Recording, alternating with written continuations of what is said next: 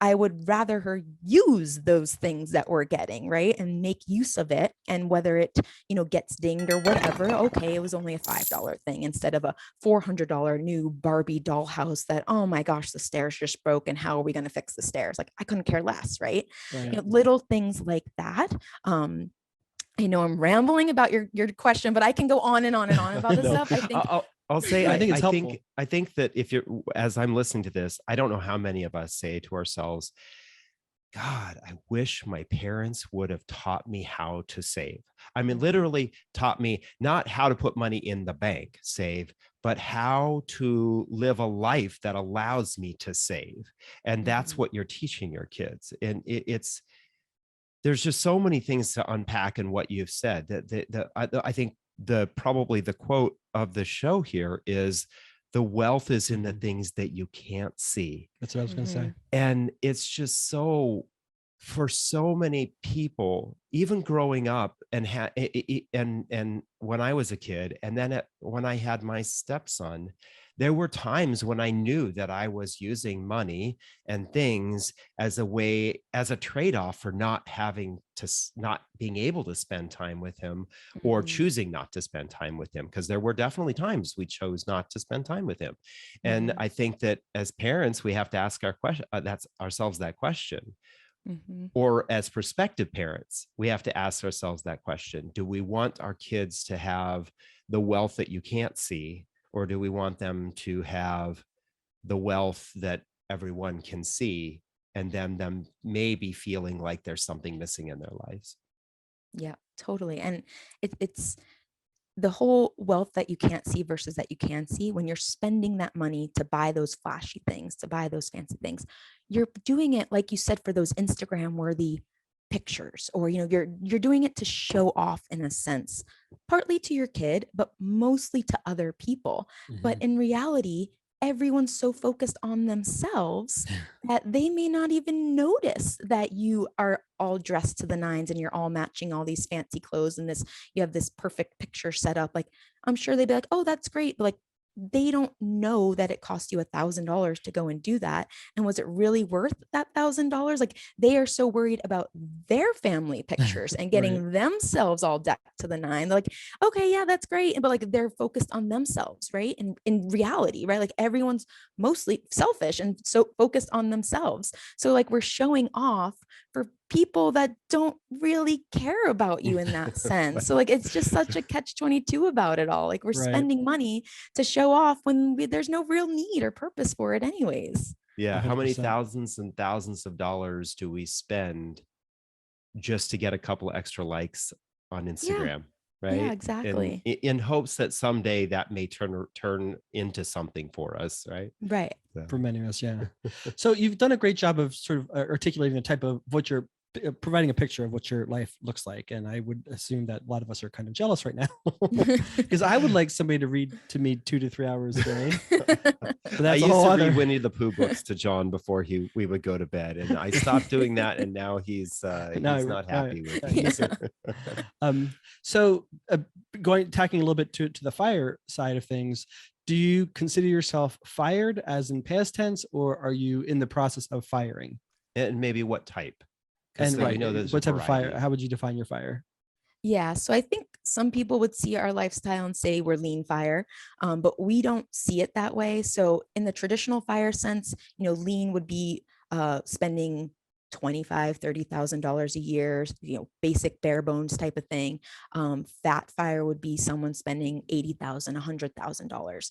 And we don't see it more tied to a number for lean and fire. We see it more, if your typical spending is X and you've saved above X and you have contingencies built in there, and maybe you've built in to withdraw less than the typical 4%, to us, that's fat fire. Whatever that number is specific to you and your family. So we don't spend a lot of money. Like right now we are spending about $40,000, and that includes everything. Like, we put $5,000 for our kids' RESPs. They're in Canada, it's like a 529, but the government matches 20% of it. So it'd be silly not to invest in that if you have the means to do so.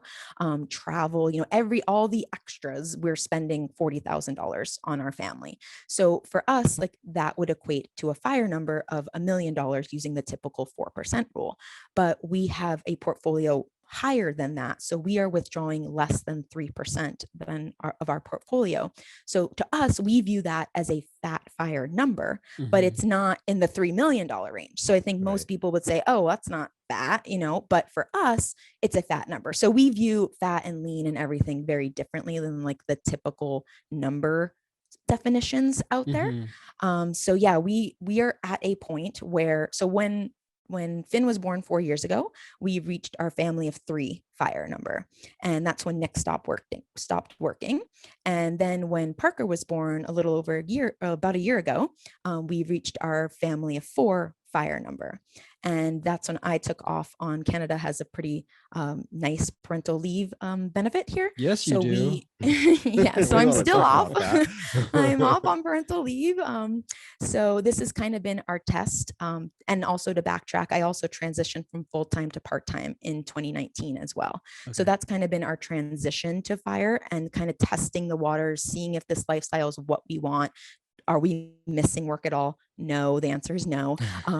So yeah, I am off until September at this point. So it'll be about 15 months that I'm able to be off on parental leave. And this has been our kind of test run. Like the numbers are all there, even with the market going down since January, we're still sitting in a sub 3% withdrawal rate. Like we're still very fine with our numbers. So we're feeling very comfortable and confident that this is kind of how we are going to continue to live our lives. But I think what most people, I want to really push and stress is like, we are not robots. We are not going to see our portfolio go from X and let's say the markets continue to go down for the next 5-10 years. Let's just say, or it's flat, whatever, and we're withdrawing from it. And so our portfolio is getting smaller and smaller. We are not just going to watch our portfolio go to zero. Like we did not optimize and work this hard to get to where we are to just watch it all go away. If we're at this point, since our spend is relatively low, if we pick up fun part-time side gigs that bring in $10,000, $15,000 combined between Nick and I, we will be more than fine. And we know that. So it's not that we have to go back to the stressful corporate full-time job ever. Like that is not ever in our plans. It's more, do we want to flip vans and convert them and use them for a year and then sell them for a little profit? Or do we want to go work at a bakery? These are the type of jobs that we would potentially, not necessarily have to, but potentially pick up, 5-10 years down the road when our kids are more independent and we have the time to be doing these sorts of things if we want to, right? So I think a lot of people really figure out their number and are really so goal oriented on that, when I wish people would get to maybe the 80% or 90% mark and maybe not necessarily be there, but transition, like do that coast to where you need to be, because your investment portfolio is in a much better position. If you're 80-90% there, it's probably making more money than your human capital in the office. And just let that do what it needs to do in the background, and you work on the lifestyle, the mindset. Like that is so huge, which I think a lot of people solely focus on the number side, and that's not going to, reaching your numbers not going to make you happy. That's not it. It's like you need to also have the mindset and the lifestyle in place, have your purpose and your why. So start working on that at the tail end, if you haven't figured that out yet, because that is going to make all of this work out. If you reach this number and you're like, okay, I've been working this crazy grind 80 hours a week just so I can get to this number, and now I'm here, and now what?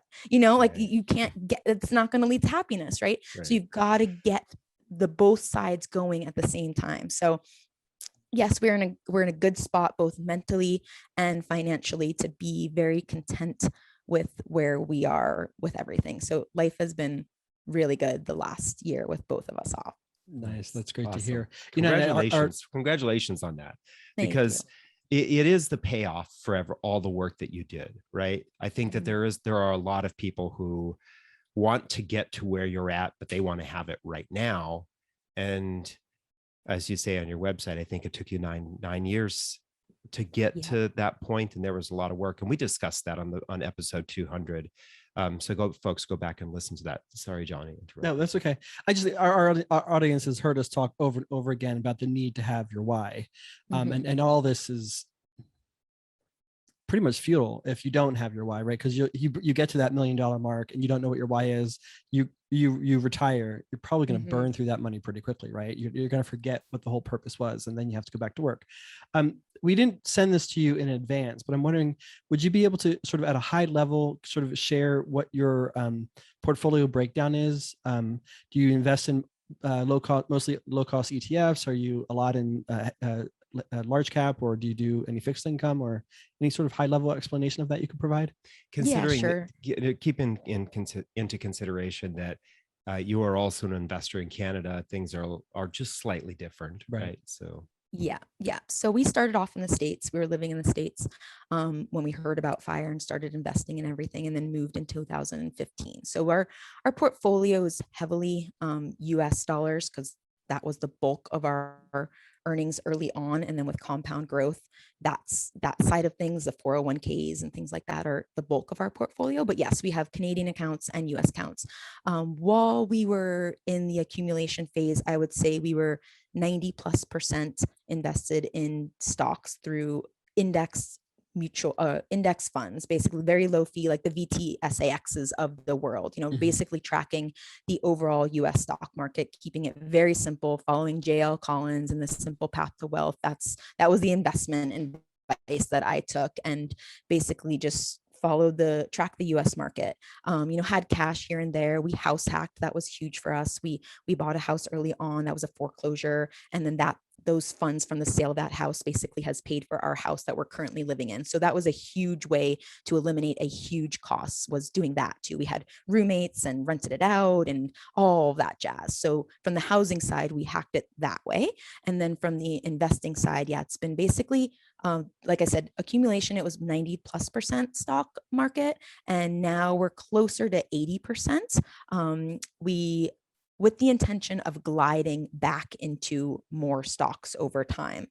We want to have a cash bucket here for the first couple years. We are super conservative. Like I said, we're under 3%. And we also have the US exchange rate. Like I said, most of our investments are in US dollars, and we're spending in Canadian. So we get a bit of a bump just by having US dollars spending up here. And in Canada, we have, again, going back to your socialism thing here, we have something called Canada Child Benefit, which is solely based off of when you file your taxes. So, in the States, when you file it with the IRS every year, you file your taxes and you either get a return or have to pay. And when you do the same thing here, depending on what it is and depending on the age and number of kids, you get Canada Child Benefit. It's nothing extra you have to apply for.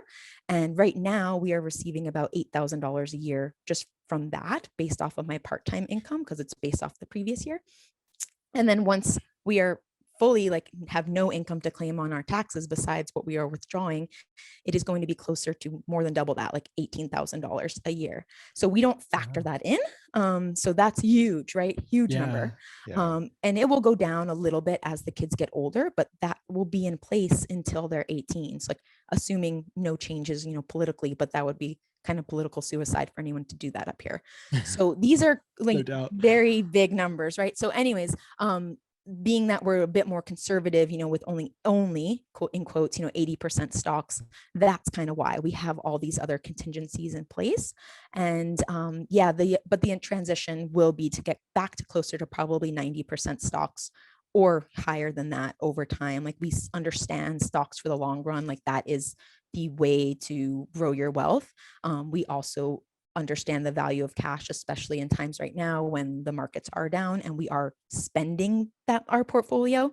We see value in cash. Some people may not. So yeah, it's mostly been, tax advantage accounts, whether it was 401ks or IRAs in the States, and then the equivalent up here, which would be a RRSP or a TFSA. And then taxable accounts have advantages too from tax, withdrawal strategies.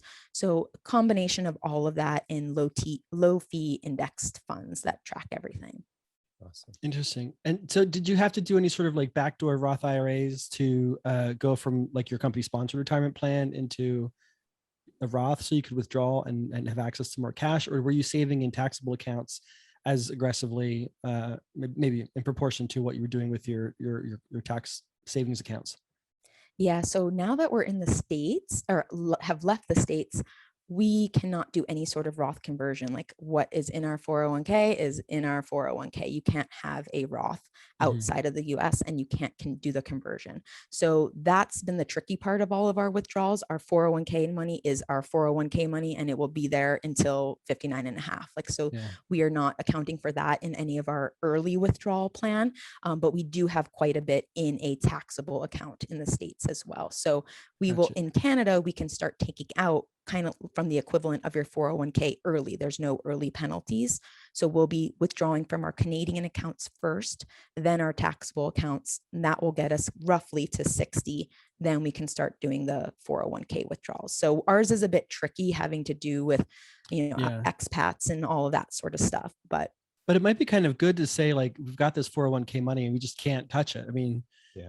that actually might be kind of, it sounds like you don't necessarily need that, but some people probably need that sort of restriction that there's no way that they can tap into that money. Whereas yes, there are ways that we could do it here, and it doesn't, benefit people usually in the long run. Some people need their hand slapped when they want to reach for that money to spend. But I guess my ultimate question though is, do you regret giving up all the freedoms you had in the United States to live in that socialist system? I mean, do you feel strapped and restrained from having such support in childcare? And I itch to move back to Florida every day, and I just feel like I have these handcuffs preventing me from doing that.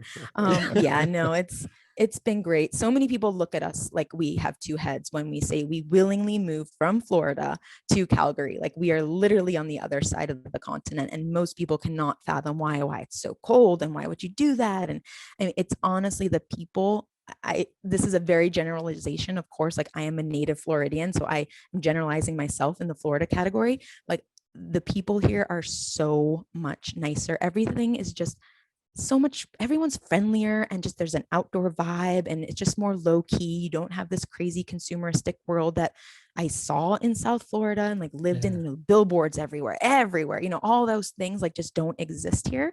So we've been able to escape this materialistic, consumeristic, lifestyle very easily. I mean, that's just in our brains too, but we are not bombarded with it as much up here. And yeah, we have so many amazing social perks up here.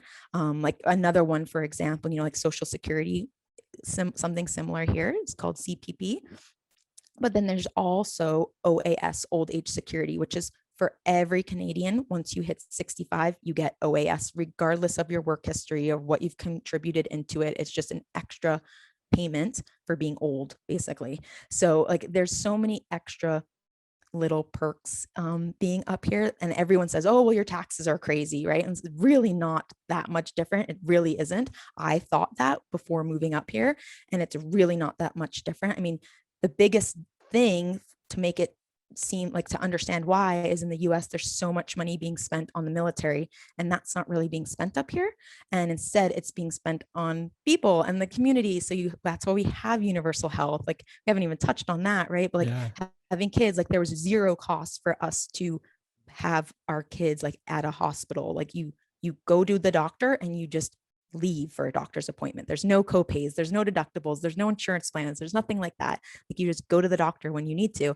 And same thing for having kids. Like you're there, and however long it takes for you to be in the hospital, whether that's overnight or 3 months in the NICU, once that's done, you leave and you go home. Like there's no bill to pay. There's no processing with insurance and having to worry about all of that. So there's so many little perks and these are like also mental perks too. Like I don't have to worry about the deductible and where's this money coming from, and should we also do this foot surgery since we've already spent our max limits for the year on since we had a kid. Like that's not a thing here. You don't have to worry about like planning health expenses. You know what I mean? If you want us to send Governor DeSantis up there to fix your mess for you, we're happy to do that. It sounds like he needs to clean that up. My mom loves him down there. Oh yeah.